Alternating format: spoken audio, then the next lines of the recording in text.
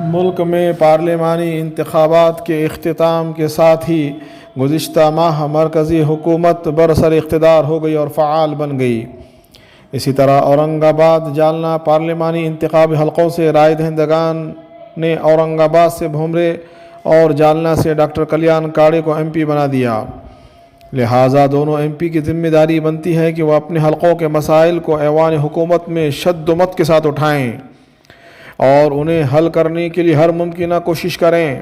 اس طرح کا اظہار خیال جالنہ اور اورنگ آباد پارلیمانی حلقے سے دستبردار ہوئے آزاد امیدوار خادہ ٹائمز کے ایڈیٹر اور انسانیت گروپ کے سربراہ خان اعجاز احمد نے کیا ہے۔ انہوں نے مزید بتایا کہ اپنے حلقوں کی ترقی و فلاح اور ملک کی ہمگیر ترقی کی خاطر وہ اورنگ آباد جالنہ الیکشن سے دستبردار ہوئے تھے، لہٰذا اب دونوں خاصدار کو خان اعجاز احمد کے الیکشن کے کانسیپٹ کے مطابق پارلیمنٹ میں کام کرنا چاہیے۔ شکست خوردہ امیدواروں کے منشور پر کام کریں، ان کو ساتھ میں لے کر ملک کی ترقی میں پیش رفت کریں۔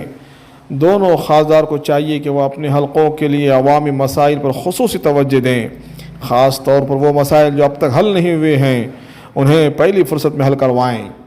سماج میں بلا لحاظ مذہب و ملت جو مسائل، شکایتیں، کرب و اضطراب کی حالتیں ہوں ان کا اولین فرصت میں قلقمہ کیا جائے۔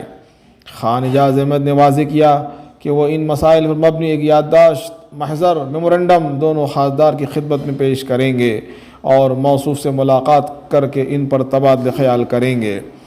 اگر آپ کو یہ پیغام اچھا لگا تو اسے لائک کریں، فارورڈ کریں اور مراٹھی، ہندی، انگریزی کا ترجمہ کر کے اسے وائرل کریں، جس کے لیے ہم آپ کے ممنون مشکور رہیں گے۔